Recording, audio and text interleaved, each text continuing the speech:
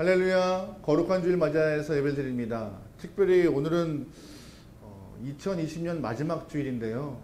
여러분 1년 동안 돌아보면서 여러분의 삶이 어떠했는지, 하나님이 인도하신 시간이 어떠했는지 한번 곰곰이 생각하며 감사한 마음으로 예배할 수 있기를 소망합니다. 우리 이 시간 예배할 때 하나님, 세상에 많은 것들이 중요하지만 그 중에서 예수의 이름이 가장 중요하며 그 이름 때문에 우리가 살고 있습니다라는 마음을 갖고 고백하는 시간 됐으면 좋겠습니다. 우리 시간 예수 가장 귀한 그 이름 고백해 볼까요?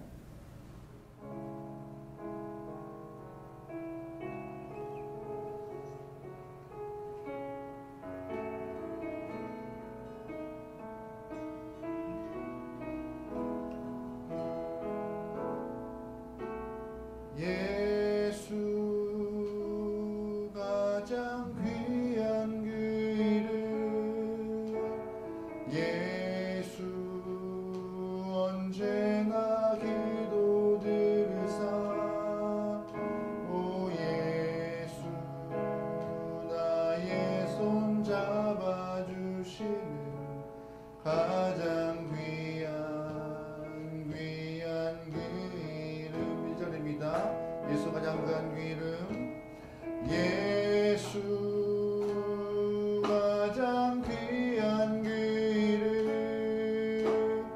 예수 언제나 기도 들으사, 오 예수 나의 손 잡아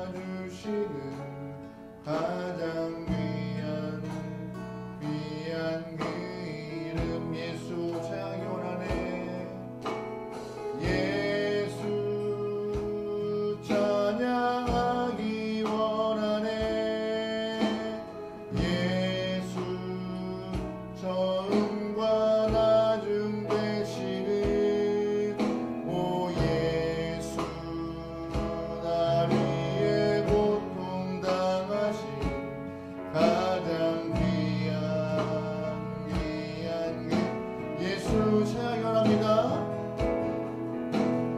예수 찬양하기 원하네.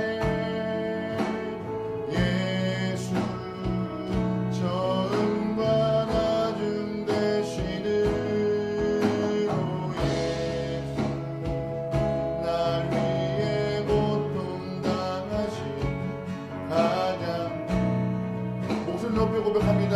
왕이 되신 예수님, 주님을 고백합니다. 예수 왕이 되신 주, 예수 당신의 끝없는 사랑, 오 예수 목소리 높여 찬양해 가장 귀한 그 왕의 되신 주, 예수 왕이 되신 주, 예수 당신의 끝없는 사랑, 오 예수 목소리 높여 찬양해 가장 귀한 꽃들도 구름도 주님을 고백합니다. 꽃들도 구름도 바람도 넓은 바다도 찬양하라 찬양하라 예수를, 하늘을 울리며 노래해 나의 영혼아, 은혜의 주 꽃들도 구름도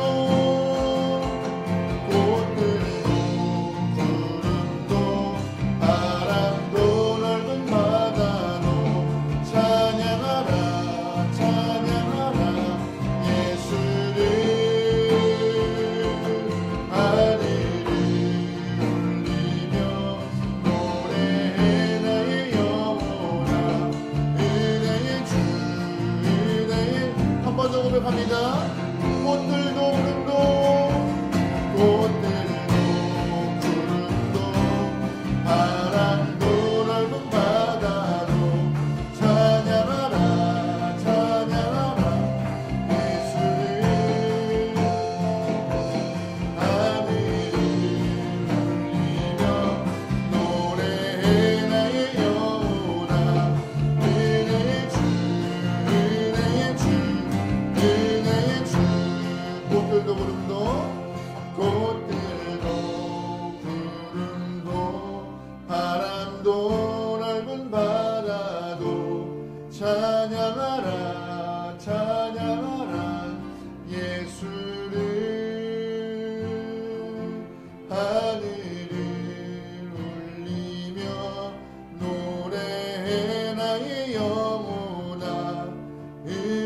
주, 은혜의 주, 은혜의 주.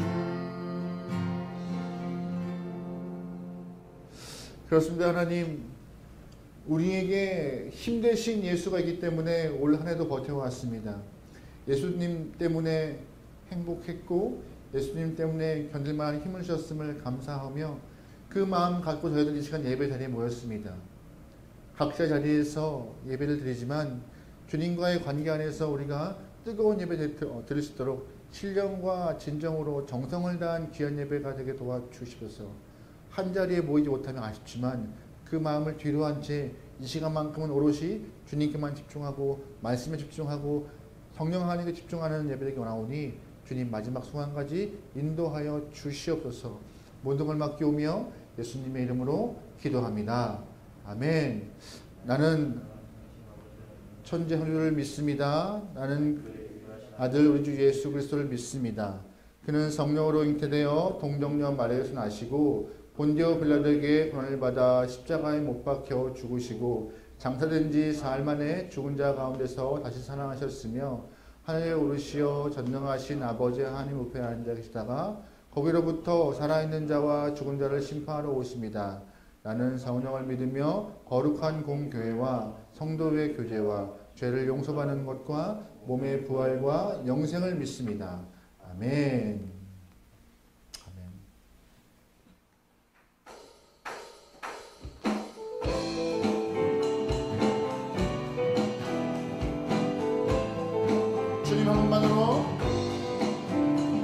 주님 한 분만으로 나는 만족해.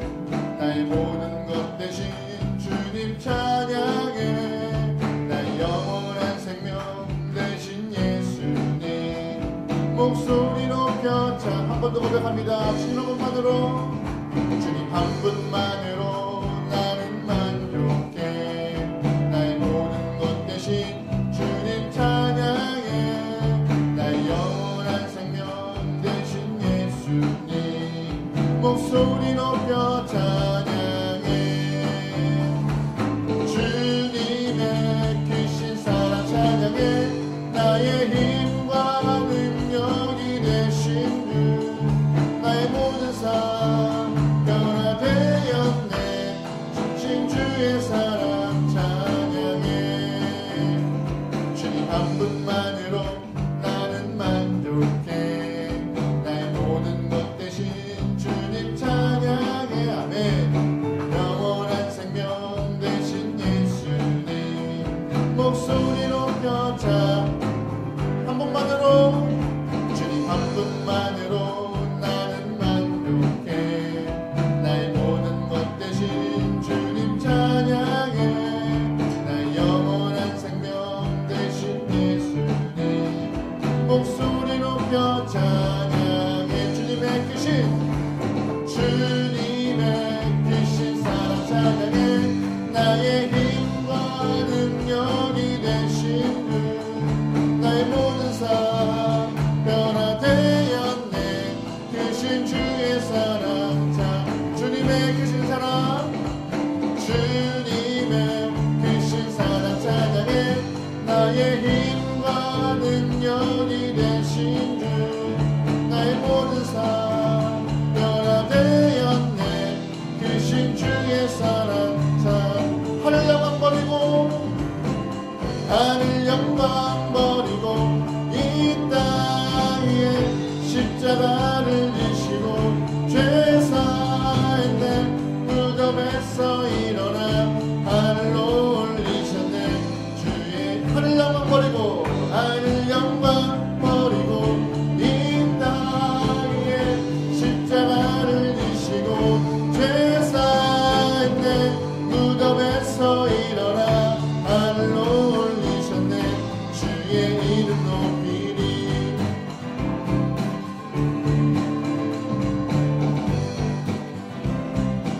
주의 높이면서 주의 이름 높이며 주를 찬양하나이다. 나를 구하러 오신 주를 기뻐 주의 높이면서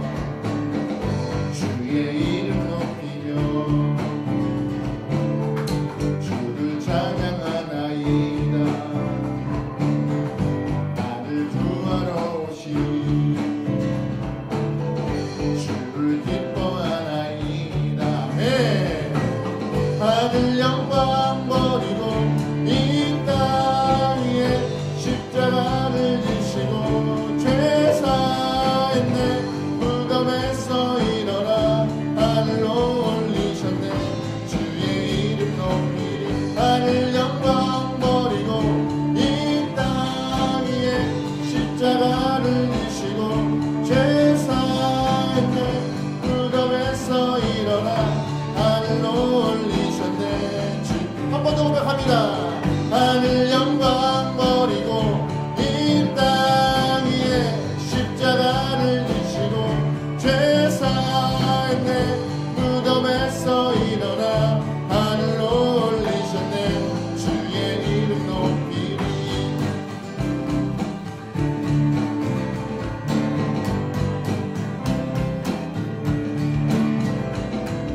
할렐루야. 한 분이신 주님께 올려서 드리겠습니다. 주님 한 분이십니다. 만왕의 왕이십니다. 할렐루야. 아멘. 아멘. 시간이 참 빠른 것 같습니다. 2020년도 벌써 마지막이고요. 오늘이 마지막 주일입니다. 여러분 1년 동안 어떻게 보내셨어요?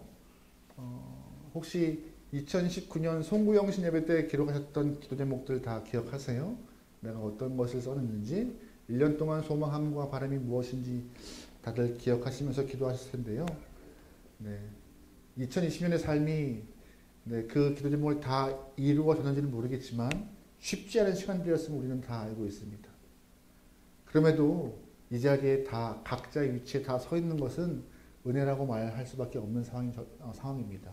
우리 시간 하나님의 은혜를 감사하며 하나님의 은혜를 기억하며 고백하는 귀한 시간 되면 좋겠습니다.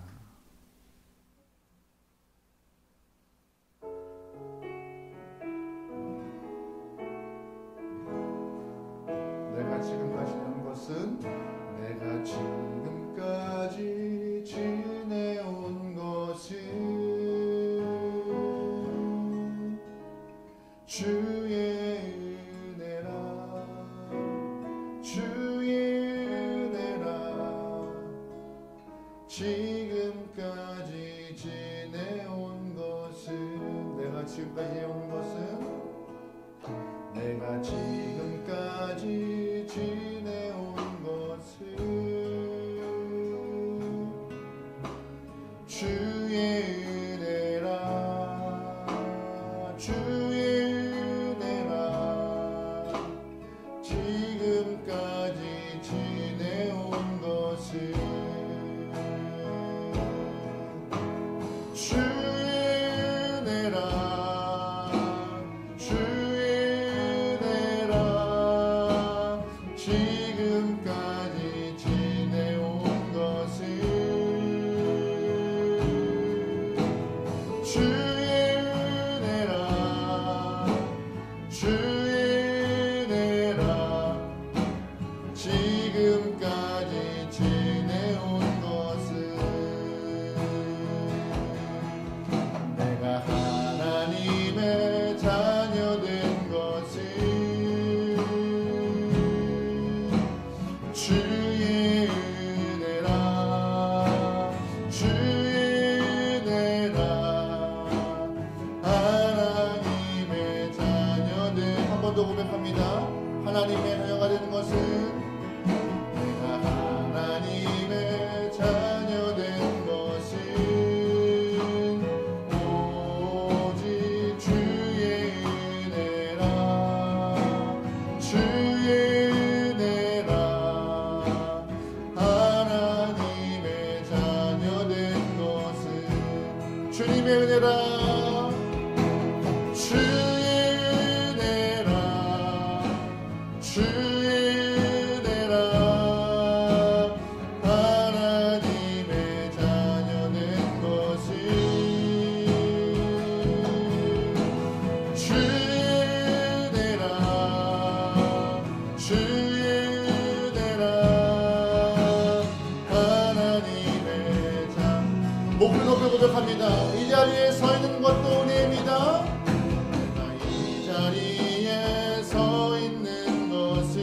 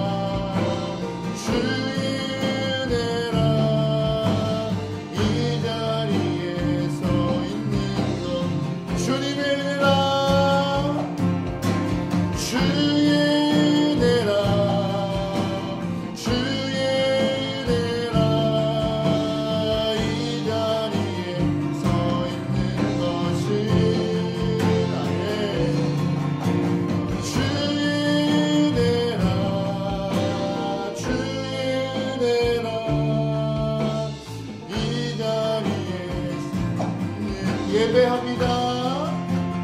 예배합니다. 찬양합니다. 주님만 날 다스리소서. 예배합니다. 찬양합니다. 주님 홀로 높임 예배합니다. 찬양합니다. 예배합니다. 찬양합니다. 주님만 날 다스리소서. 예배합니다. 찬양합니다. 예. 주님 홀로 높임 예배합니다. 찬양합니다. 예배합니다. 찬양합니다. 주님만 날 다스리소서. 예배합니다. 찬양합니다. 주님 홀로 높임 받으소서. 주님 홀로 높임 받으소서. 주님 홀로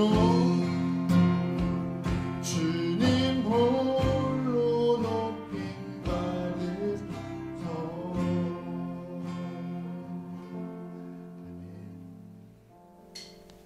완전하신 하나님 때문에 올 한 해도 저희들 삶에서 잘 지내왔습니다. 세상은 힘듦의 아우성이 있고 어려움의 한숨이 있고 끊이지 않는 눈물로 고통의 시간을 보내고 있지만 그럼에도 저희들은 이렇게 주 앞에 나와서 찬양하고 예배하며 삶의 위로를 받게 하시면 감사합니다. 주님 때문에 버텨왔고 예수님 때문에 견뎌왔고 성령 하나님 때문에 살아왔습니다. 하나님 그 은혜가 2021년에도 계속되어서 더욱더 성장하고 성숙해지며 하나님 보시기에 강한 믿음의 성도 될 수 있도록 우리의 삶을 주장하여 주시옵소서. 이 모양 저 모양으로 눌림이 있고 아픔이 있고 괴로움이 있는 현실임에도 불구하고 저희들 있는 자리에서 성도의 본분을 다하는 귀한 영광을 소망합니다. 믿는 자로서 하나님 백성된 모습을 잃지 않는 주님의 귀한 영혼 되게 나오니 붙잡으시고 인도하여 주시옵소서. 성령 하나님, 우리의 소명은 무엇이고 사명은 무엇입니까? 삶의 목적이 각자에 다 있습니다. 하나님의 이름을 증거하며 하나님께 감사하며 하나님을 높이려는 사명을 갖고 이 땅에 온 영혼들 사명 일창 결어가시고 사명 때문에 행복하고 사명 때문에 웃는 영혼들에게 도와주소서. 모든 염려는 다 맡기고 근심 걱정 다 주 앞에 맡기고 우리의 삶은 주님께 주님 안에서 평안함을 누리는 삶 되게 나오니 하나님 우리 안을 역사하여 주시옵소서. 우리의 매 순간을 맡겨오며 예수님의 이름으로 기도합니다. 아멘. 하늘에 계신 우리 아버지, 아버지의 이름을 거룩하게 하시며 아버지 나라가 오게 하시며 아버지의 뜻이 하늘에서와 같이 땅에서도 이루어지게 하소서. 오늘 우리에게 농한 양식을 주시고 우리가 우리에게 잘못한 사람을 용서해 준 것 같이 우리들을 용서해 주시고 우리를 시험에 빠지지 않게 하시고 악에서 구하소서. 나라와 권능과 영광이 영원히 아버지의 것입니다. 아멘. 아멘. 광고 말씀 드리겠습니다. 네, 2020년 마지막 주일인데요. 2021년이 다음 주에 시작하면서 저희 교회는 항상 매년 첫 번째 주에 사모행을 시작했습니다. 정리하고 결산 보고 또 새로운 시간 알렸는데 다음 주 사모행은 못할 것 같아요. 그죠? 그래서 제가 다른 것보다 아마 행사 관련된 일은 내년에도 어떻게 될지 잘 몰라서 올해 있는 행사들을 거의 동일하게 진행될 것 같고요. 회계보고와 관련된 이야기만 여러분 카톡에 저희 단체 대화 채널에다 올려드리겠습니다. 보시면서 여러분 1년 교회 살림이 어떻게 되는지 내년에 어떻게 또 진행될지를 보시면서 파악하시면 좋을 것 같습니다. 나머지 광고는 없고요. 항상 교회를 위하여서 항상 나라와 민족을 위하여서 중보하시고 여러분 개인 건강 잘 지키시면서 삶의 행복함을 영위할 수 있기를 소망합니다. 말씀 보시겠습니다. 말씀은 마태복음이고요. 마태복음 7장 1절에서 5절까지 말씀입니다. 찾으신 줄 알고 한 절씩 교독합니다. 비판을 받지 아니하려거든 비판하지 말라. 너희가 비판하는 그 비판으로 너희가 비판을 받을 것이고 너희가 헤아리는 그 헤아림으로 너희가 헤아림을 받을 것이니라. 어찌하여 형제의 눈 속에 있는 티를 보고 네 눈 속에 있는 들보는 깨닫지 못하느냐. 보라 내 눈 속에 들보가 있는데 어찌하여 형제에게 말하기를 나로 내 눈 속에 있는 티를 내게 하겠느냐. 같이 읽겠습니다. 외식하는 자여 먼저 네 눈 속에 들보를 빼어라. 그 후에야 밝히 보고 형제의 눈 속에 티를 빼리라. 아멘. 방금 읽은 말씀을 통하여서 비판하지 말라는 제목으로 여러분과 함께 은혜의 시간을 갖겠습니다. 어느 권위 있는 기독교 잡지에서 목사님들 대상으로 설문을 했습니다. 그 설문의 질문은 무엇이냐? 바로 교회에서 가장 불편하고 무서운 사람이 누구인가라는 질문입니다. 지금 재밌는 질문이죠. 근데 답을 보니까요. 3위가 신학을 전공하신 장로님들이셨습니다. 2위가 철학기도를 잘하시는 분이었습니다. 대망의 1위는 무엇일까요? 1위. 목사님들이 교회 안에서 제일 불편하고 무서워하시는 사람들 1위. 40일 금식기도를 끝내신 분들입니다. 금식기도나 철학기도 신학을 공부하신 성도님들이라면 영적으로 성숙하다는 의미일 텐데 왜 그 영적으로 성숙하신 분들을 향하여서 불편함과 무서움을 느낄까요? 간단합니다. 그분들은요, 금식이나 철야나 신학을 공부하면서 느꼈던 하나님의 은혜를 다른 사람을 향한 비판의 도구로 사용될 수 있는 소지가 많기 때문입니다. 40일 금식 기도하고 있으면 얼마나 큰 은혜를 경험하셨겠어요. 근데 간혹가다 그런 분들 중에서 우리 목사님은 은혜가 없어. 저 기도원 가면은 목사님이 참 뛰어난 것 같아. 라는 그런 비판의 목소리가 또 날카롭게 들리기도 하고 우리 교회 장로님들이 기도 안 해. 라는 얘기도 많이 들립니다. 또한 신학을 공부하시는 성도님들이 계시다면 이런 표현도 하세요. 우리 목사님은 너무 얕아. 우리 성도님들이 너무 아무것도 몰라. 라는 그런 본인이 알고 있는 것을 잣대를 가지고 자꾸 판단하시니까는 좀 불편하고 무서운 존재가 아닌가라는 생각이 듭니다. 비판은요, 우리가 일상에서 범하기 쉬운 죄 중에 하나입니다. 그래서인지 몰라도 타인을 향한 이런 비판이요, 큰 죄인지 모르고 그냥 부담감 없이, 도덕적인 부담감 없이 그냥 자연스럽게 삶에서 이루어지고 있는 것이 우리의 현실입니다. 오히려 다른 사람을 향해서 비판하는 것들을 재미삼아 하는 경우도 많이 있는 것 같습니다. 그러나 오늘 본문에서는 예수님께서 간단하고 명료하게 말씀하십니다.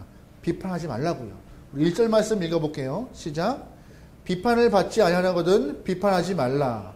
이 말씀은요, 다른 사람에 대한 잘못을 무조건 입 닫으라는 말이 아니에요.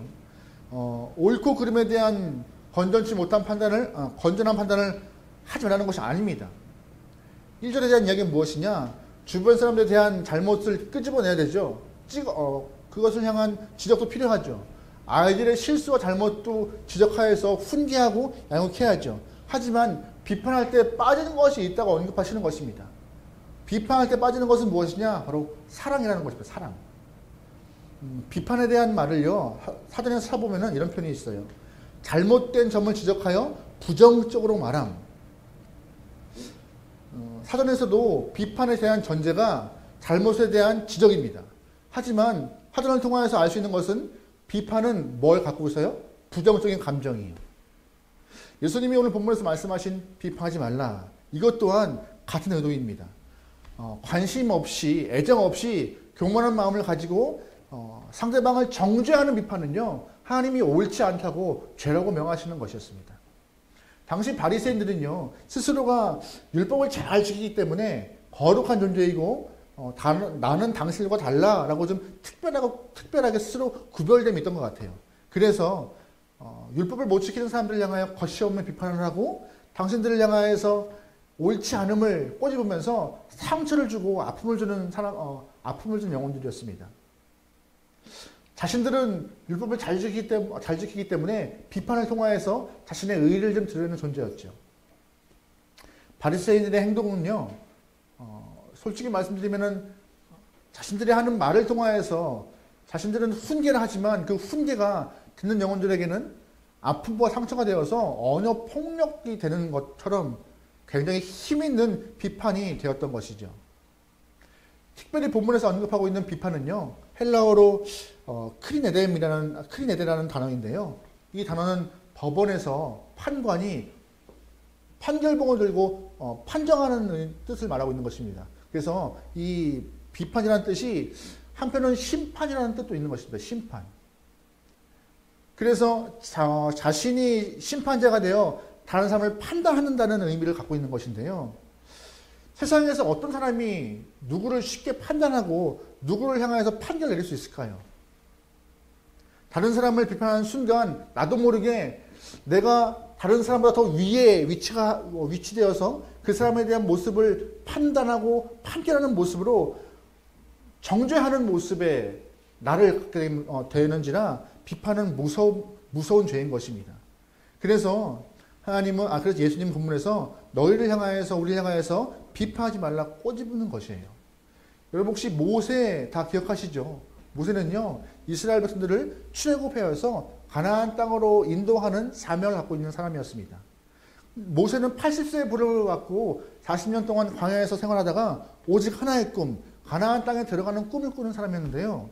근데 모세가 어느 날 하나님께서 모세에게 천천병역과 같은 말을 하십니다. 무슨 말이냐? 모세야, 너는 가나안 땅에 못 들어가. 40년 동안 광야에 있던 모세가 가나안 땅에 못 들어간대요. 가나안 땅 하나만 바라보고 있던 모세에게 그 땅을 못 들어간다는 것은, 약속의 땅을 못 들어간다는 것은 굉장히 큰 마음의 상처였을 것입니다. 근데 왜 못 들어갔을까요? 왜 못 들어갔을까요? 모세가 범죄함이 있었기 때문입니다. 범죄함이요. 민수기 20장 보면은요, 신광야에서 이스라엘 사람들이 모여 있는데 물이 없었어요. 물이 없으니 당연히 또 이스라엘 사람들은 모세를 향하여서 원망과 불평을 쏟기 시작합니다. 애굽 땅에 있을 때는 물도 있었고 먹을 것도 있었고 풍부했는데 이 물도 없는 광야로 끌어와서 왜 우리를 고생시키냐고 또 막 이렇게 불평하고 있는 것이에요. 그 상황에서 모세가 하나님 앞에 먼저 묻고 기도합니다. 같이 읽어볼까요? 민수기 20장 8절입니다. 시작. 지팡이를 가지고 내 형 아론과 함께 회중을 모으고 그들의 목전에서 너희는 반석에게 명하여 물을 내라 하라. 내가 그 반석이 물을 내게 하여 하나님은 모세에게 반석을 향하여서 명할 때 반석에서 물이 날 거라 하셨습니다. 근데 화가 나는 모세가 이스라엘 백성들의 불평을 듣고 화가 난 모세가 하나님의 말씀을 좀 바로 이행하지 못합니다. 민수기 20장 10절부터 11절입니다. 같이 읽어요. 시작. 모세와 아론이 회중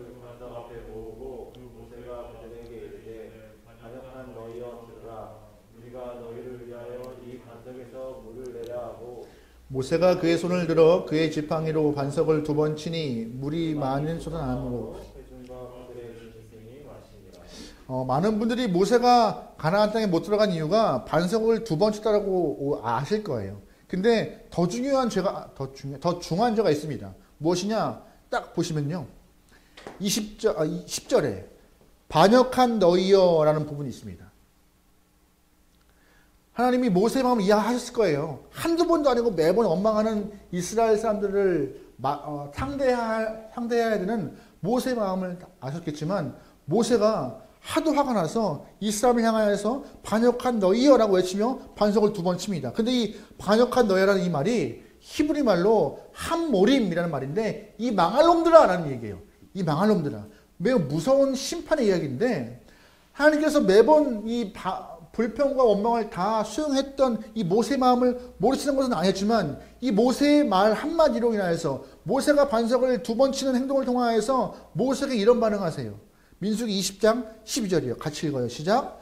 여호와께서 모세와 아론에게 이르시되 너희가 나를 믿지 아니하고 이스라엘 자손의 목전에서 내 거룩함을 나타내지 아니하는 고로 너희는 이 회중에 내가 들어 준 땅으로 인도하여 들지 못하리라 하시니라. 무슨 말이냐? 모세가 반역한 너희들이라고 그 말이 심판자의 언어라는 얘기를 하고 계신 거예요. 이 부분을 예수님이 보시면서 모세에게 만약에 얘기하셨다면 예수님 말, 모세야 너는 왜 백성들을 향하여서 함부로 심판하느냐? 망할 놈이라고 왜 심판하느냐? 너는 네가 누군가인데 감히 심판자 자리에 서서 그런 말을 하느냐라고 예수님은 아마 모세에게 언급하셨을 것입니다. 모세는 하나님이 있어야 심판자 자리에 본인이 올라가 화를 주체하지 못하고 감정을 다 쏟아놓는 모습에 죄를 범하여서 그 일로 인하여서 가고 싶었던 가나안 땅에 못 들어가는 그런 일이 발생하는 것이에요. 그래서요, 비판은 무서운 것이고요. 비판은요, 은연중 나도 모르게 심판자의 자리에 올라가서 교만한 마음으로 정죄하는 모습이기 때문에 죄를 쌓아놓는 그런 모습입니다. 그러기에 여러분, 비판이 가벼운 것 같지만 무섭고 중요한 죄임을 깨달으면서 우리의 삶에 비판이 없기를 소망합니다. 하나만 질문 드려볼까요? 그렇게 이렇게 중요하고 무서운 죄임에도 불구하고 왜 우리가 이 비판을 멈추지 못할까요? 왜 비판을 계속해야 비판을 할 수밖에 없을까요? 아니, 하고 있을까요? 비판에 대해서. 우리가 삶에서 나의 바름, 나의 옳음, 나의 정직함을 증명하기 위해서 쓰는 방법이 뭔지 아세요? 두 가지입니다.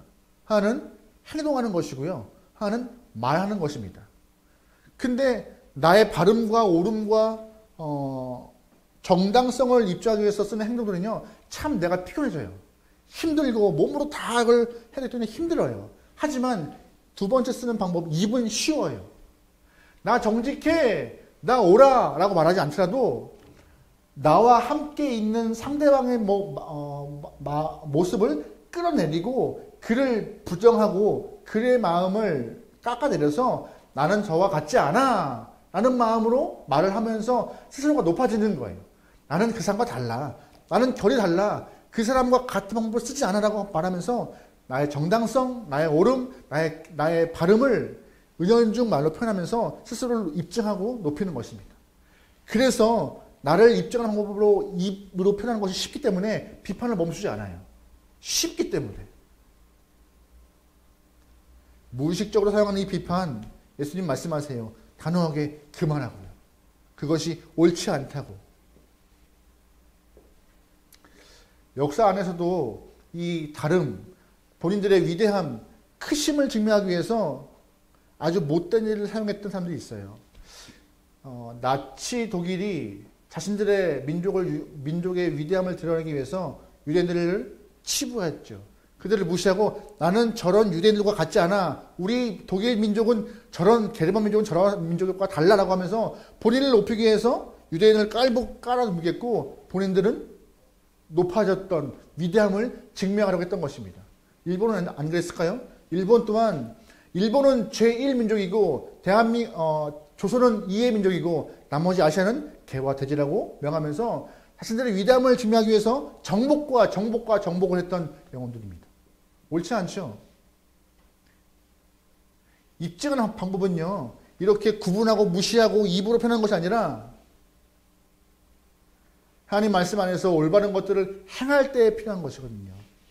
여러분, 그러기에 여러분 삶에 여러분의 발음을 증명하기 위해서, 여러분의 정당성을 증명하기 위해서 다른 사람을 깎아내리고 비판하는 것을 금하시고 삶으로 입증할 수 있기를 주님으로 축원합니다. 그렇다면 천국 백성으로 우리가 남을 비판하지 않고 조금 더 주 안에서 주님이 원하시는 모습의 삶을 살기 위해서 어떤 것을 주의해야 되는지 오늘 세 가지를 보겠습니다. 먼저 우리가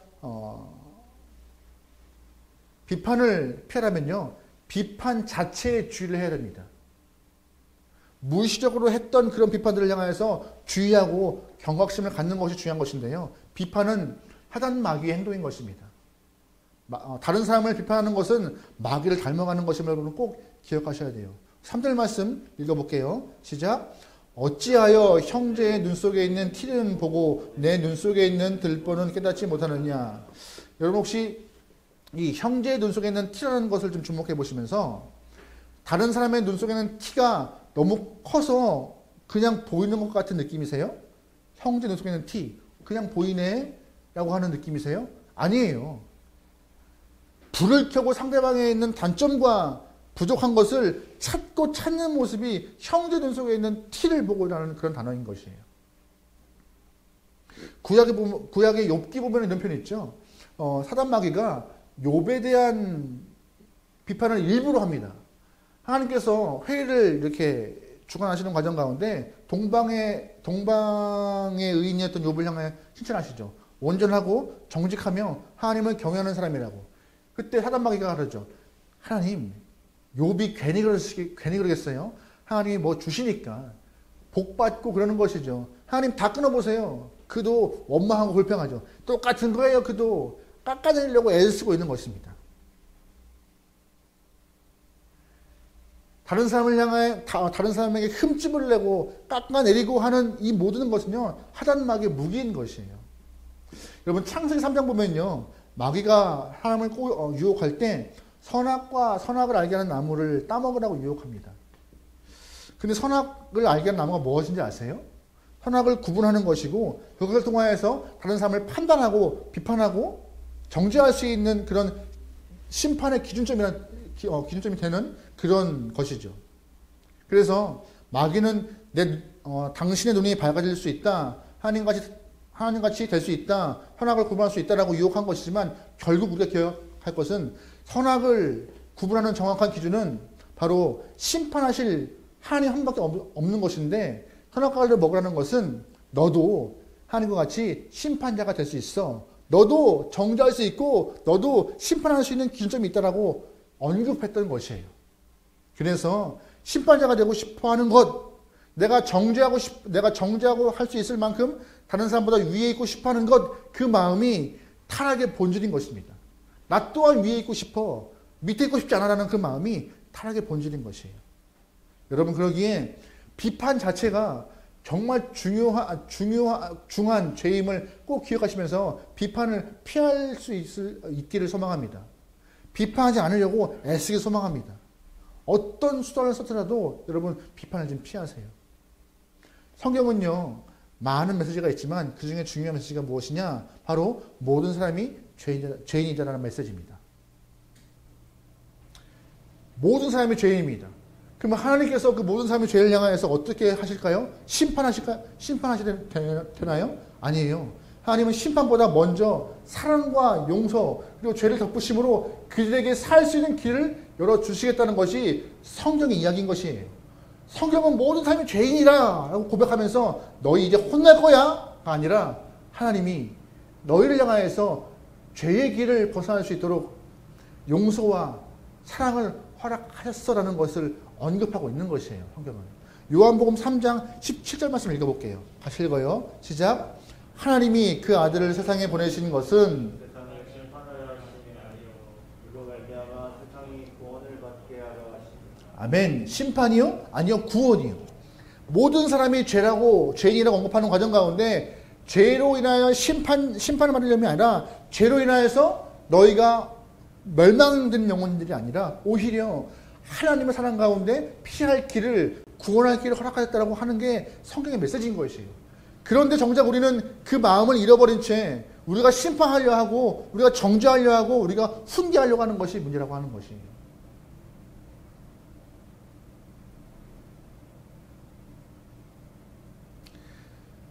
요한복음 보면요. 요한복음 8장에 예수님 앞에 가늠하다가 현장에서 붙잡힌 여인이 있습니다. 사람들이 돌로 치려고 할 때 죄에 있는 자는 다 그 여인에게 돌을 치라고 명하신 과정 가운데 그 말을 듣고 다 물러가죠. 다 물러가요. 그때 예수님이 그 여인에게 하신 말씀이 이런 말씀이십니다. 요한복음 8장 10절과 11절 말씀이에요. 같이 읽어요. 시작. 예수께서 일어나사 여인 외에 아무 보시고 이르시되 여자여 너를 고발하던 그들이 어디 있느냐 너를 정죄한 자가 없느냐 대답하되 주여 없나이다. 예수께서 이르시되 너도 죄를 범하지 말라 하시니라. 자, 잘 보세요. 예수님도 묻지 않으시는 거예요.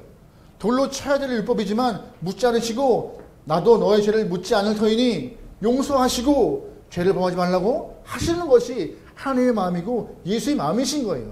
심판보다 용서가 먼저이신 거요. 심판보다 구원이 먼저인 거고요. 심판보다 은혜가 먼저인 것이에요. 근데 반대로 우리는 하단마귀는 용서보다 비판이 먼저인 것이고 구원보다 지적이 먼저인 거고요. 은혜보다 들추어냄이 먼저인 못된 버릇을 갖고 있습니다. 여러분 그러기에 비판의 경각심을 갖고 소위 말하는 뒷담화조차도 하지 않는 여러분들에게 소망합니다. 두 번째, 비판을 말해야 하는 이유는 무엇이냐? 그 비판 때문에 우리 또한 비판받을 수 있다는 것입니다. 2절 말씀 볼게요. 시작. 너희가 비판하는 그 비판으로 너희가 비판을 받을 것이요 너희가 헤아리는 그 헤아림으로 너희가 아멘. 여기 잘 보시면요. 비판을 받지 아니하려거든 이라는 구절을 좀 주목해서 보시면 좋겠어요. 2절에 비판을 받지 아니하려거든 이 부분은요. 두 가지 의미를 갖고 있습니다. 첫 번째, 모두 비판의 자리에 서 있다는 것입니다. 비판을 받지 하려거든 이라는 이 부분은 모두가 비판의 자리에 서 있다는 존재라는 것이죠. 두 번째, 이거는 무엇을 의미하느냐? 비판을 하고 심판하는 분이 따로 있다는 것이에요. 네가 비판하는 것이 아니라 따로 누군가가 우리를 비판하고 심판하시기 때문에 네가 비판할 수 있는 것은 아니다라고 하는 것이 이 부분에 대한 이야기인 것입니다. 우리를 심판하실 분은 오직 한 분밖에 없습니다. 바로 하나님이에요. 왜 하나님만이 심판자이신가? 바로 하나님만이 창조주이시기 때문에 창조하신 목적에 합당하게 살았는가 살지 않았는가 하는 기준을 갖고 계신 분이세요. 그래서 우리를 향하여서 비판하시고 심판하실 수 있는 분은 오직 하나님밖에 없는 것입니다. 그런데 우리가 그 심판 자리에 서서 다른 사람을 상대방을 비판하는 순간 우리가 하나님에게 호출받아서 우리 또한 똑같이 심판을 받게 돼요. 세세하게 아주 가혹할 만큼이요. 누가복음 7장에 시몬이라는 바리새인이 있는데요. 시몬이라는 바리새인이 비판하기를 좋아하는 사람인 것 같았습니다. 이날 예수님과 함께 식사하는 과정 가운데 그 마을에서 어떠한 죄를 지은 여인이 식사 자리로 들어와서 예수님 발 앞에 엎드려 눈물로 예수의 발을 씻겨주십니다. 그리고 자신의 머리털로 예수님의 발을 닦고 향유옥합을 그 발에 붓죠. 그때 시몬의 마음속에 이러한 생각을 좀 품고 있어요. 누가복음 7장 말씀 읽어볼게요. 시작. 예수를 청한 바리새인이 그것을 보고 마음에 이르되 이 사람이 만일 선지자라면 자기를 만지는 이 여자가 누구이며 어떠한 자 곧 죄인인 줄을 알았느니라. 시몬은요 그 마음 가운데 예수님을 시험코자 한 거예요. 정말 네가 선지자라면은 이 여인의 더러움과 죄를 알 터인데 어찌 그 여인을 같이 두고 있는가라고 시험하고 싶었던 거예요. 예수님은 시몬의 마음을 알고 이렇게 표현하세요. 7장 44절부터 읽어볼게요. 시작. 그 여인을 돌아보시며 시몬에게 이르시되 이 여자를 보느냐? 내가 네 집에 들어올 때 너는 내게 발 씻을 물도 주지 아니하였을 때 이 여자는 눈물로 내 발을 적시고 그 머리털로 닦았으며 그는 내가 들어올 때마다 내 발에 입맞추기를 그치지 아니하였으며 너는 내 머리에 감람유도 붓지 아니하였을 때 그는 향유를 내 발에 부은. 바리새인 시몬이 예수님을 향해서 비판거리를 찾고 시험거리를 찾고 있을 때 그 마음을 아시는 예수님께서 시몬의 행동을 어떻게 하세요? 조목조목 따지고 계세요. 조목조목 짚으시면서 이건 옳지 않았어, 이건 틀렸어, 이건 바르지 않았어라고. 우리가 심판할 때 예수님과 같이 조목조목 하나님 앞에 가서 심판당할 거라고 하시는 모습을 보여주고 계신 것이에요. 마지막 날 모든 사람들은 다 심판대 앞에 씁니다. 심판대 앞에 서서 하나님 앞에 조목조목 따짐받고 심판받을 때 우리는 그 앞에서 몸둘 바를 모를 거예요. 그러기에 오히려 우리가 할 것은 상대방을 향한 심판보다 헤아림을 통하여서 넉넉한 영혼으로 사람을 섬길 수 있는 귀한 영혼들을 소망합니다. 심판을 피하길 소망합니다. 세 번째로 우리가 비판하지 말아야 되는 이유는 무엇이냐? 바로 남들을 판단할 만큼 내가 그렇게 선하지 않다는 것입니다. 4절 말씀 읽어볼게요. 시작. 보라, 내 눈 속에 들보가 있는데 어찌하여 형제에게 말하기를 나로 내 눈 속에 있는 티를. 여러분, 티가 뭐예요? 티가 티끌, 작은 먼지예요. 그러면 들보가 뭐예요?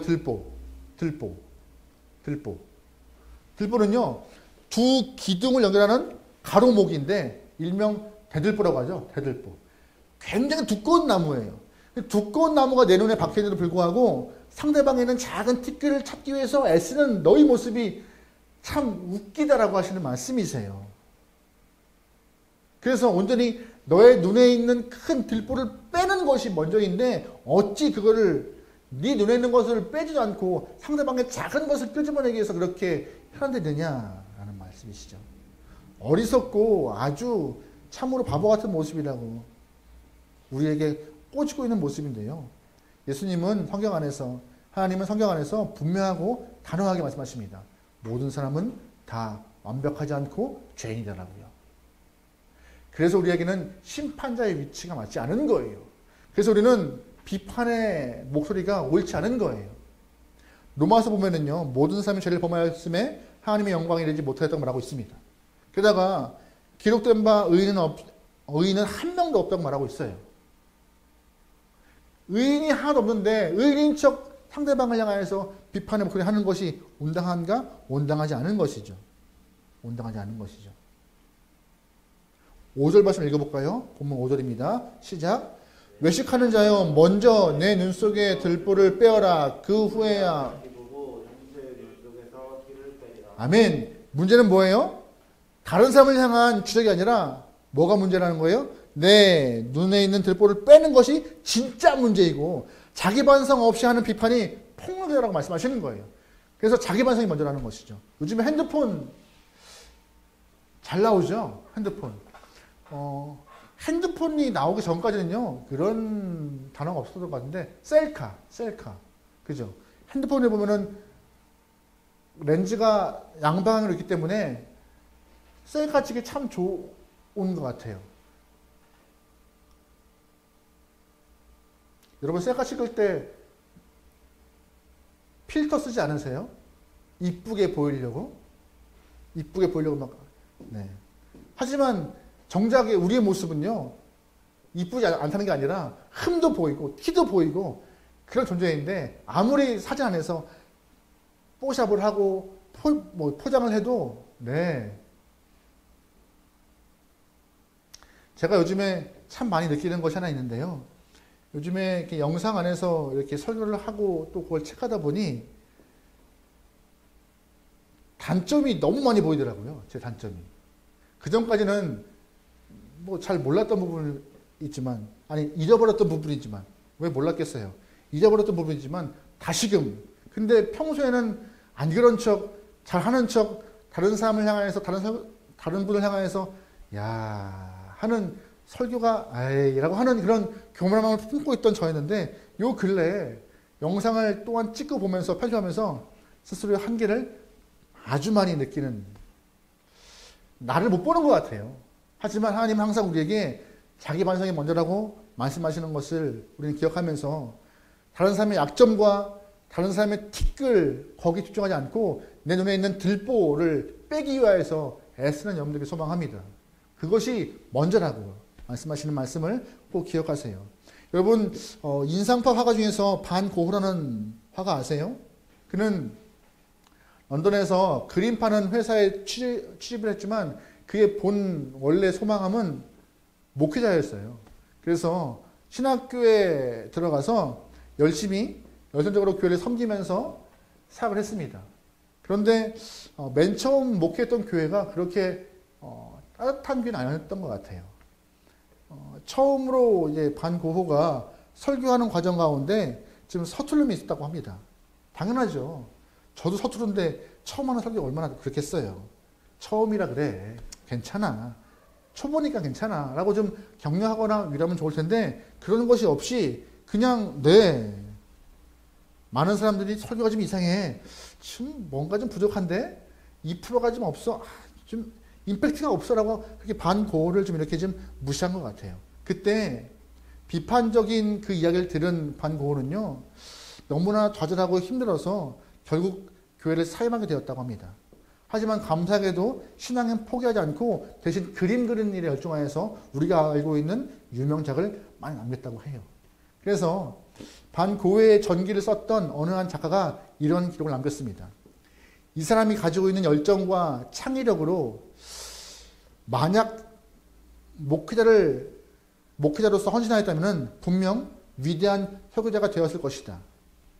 인류는 위대한 화가를 얻었지만 위대한 설교자를 잃었다.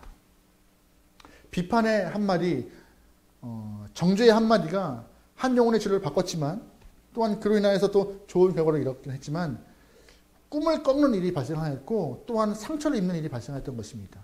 여러분 그러기에 여러분 비판보다 또한 지적보다는 여러분의 팔을 뻗어서 안아주시고 팔을 뻗어서 위로하시며 그를 향해서 가슴으로 보듬을 수 있는 넉넉한 헤아림이 있기를 소망합니다. 그것이 요즘 우리에게 원하시는 말씀이신 것 같아요.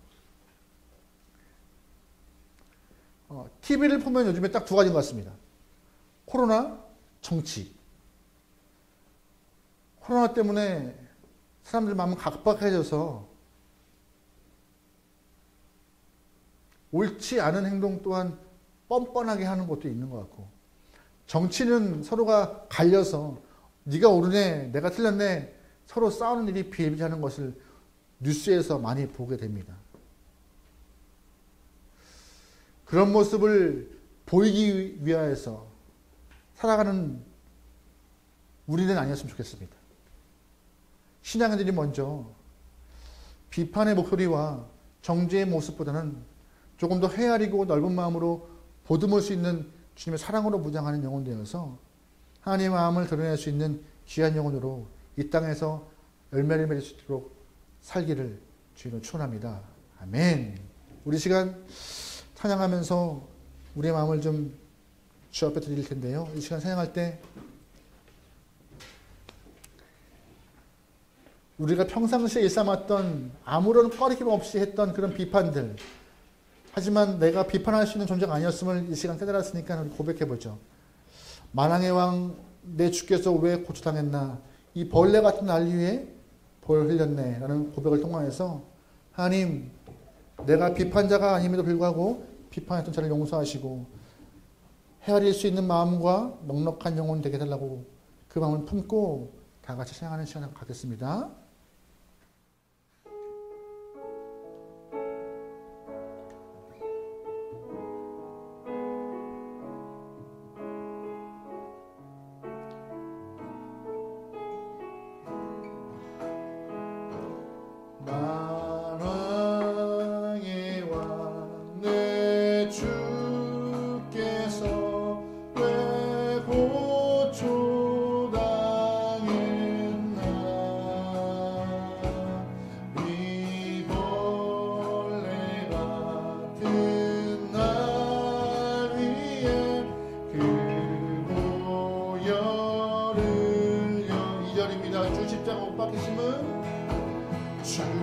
십자가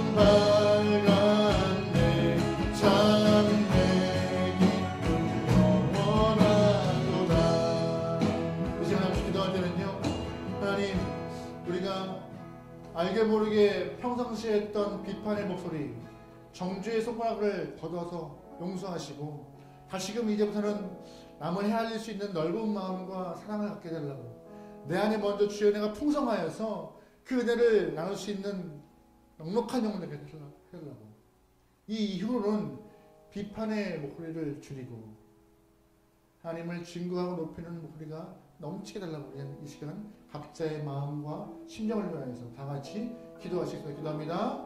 하나님, 일상에서 아무런 느낌 없이, 아무런 감정 없이 그냥 그렇게 습관적으로 해왔던 비판의 목소리를 걷어가소서. 하나님이시여, 우리의 입술은 주님을 찬양하고 고백하고 높일 때 쓰는 것이지만 그 입술이 오히려 상대방을 정죄하며 그를 비판하는 목소리도 우리는 사용하는 줄 고백합니다. 아버지, 용서하소서. 이런 우리의 모습을 용서하시고 이런 우리의 잘못을 용서해서 온전히 주님을 고백하며 찬양하며 예배자를 쓰게 해주소서. 예배자, 바로 우리 예배자입니다. 아버지를 높이고 아버지를 사랑하며 아버지를 증거하는 예배자인데 그 입술이 온당하게 할 수 있도록 도와주소서. 하나님, 이 이후의 삶은 하나님 보시기에 기쁨을 선택 원합니다. 주님의 기쁨 되어서 하나님 마음에 아버지 입술에 미소가 있기 원하오니 주님, 우리의 삶이 매 순간 다른 곳 가지 않고 주를 향한 뜨거운 마음으로 하게 해주소서. 이웃을 향한 사랑으로 품게 해주소서. 하나님, 나아갑니다. 아멘. 십자가 십자가 내가 처음 볼 때에 나의 맘의 큰 고통 사라져 오늘 믿고서 내 눈 맑았네 참내. 아멘. 오늘 믿고서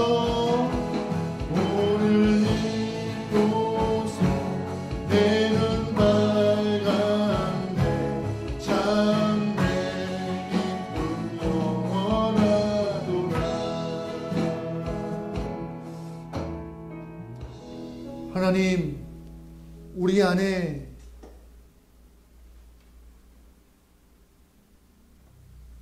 하나님을 향한 믿음으로 예배자가 먼저 될 수 있도록 역사하여 주시옵소서. 우리는 예배자이지 심판자가 아닙니다. 우리의 입술은 예배를 위하여서 허락하셨던 주의 도구이지 다른 사람을 정죄하기 위하여 쓰는 도구가 아님을 이 시간 말씀을 통하여서 알게 되었사오니 하나님, 정죄함보다는 비판보다는 헤아림과 넓은 마음으로 이웃을 향하여서 주님을 증거하고 사랑을 전할 수 있는 귀한 영혼을 되게 도와주시옵소서. 하나님의 마음을 품고 사명자로서 각자의 모습에서 각자의 삶에서 아버지의 모습을 드러낼 수 있도록 하나님 역사하시되 습관처럼 배어있는 우리의 손가락질과 비판의 모습들을 하나님 걷어가시고 두 팔 벌려 안을 만큼의 넉넉함과 사랑의 마음을 표현할 수 있는 따뜻함을 허락하여 주시옵소서. 이제는 우리 주 예수 그리스도의 은혜와 하나님의 사랑하심과 성령의 감화 감동 인도하심이 이제부터 삶에서 헤아리고자 하는 따뜻한 마음을 품고자 하는 모든 영혼들 머리 위에 이제부터 영원토록 주님의 은혜가 충만하기를 간절히 축원하옵나이다. 아멘.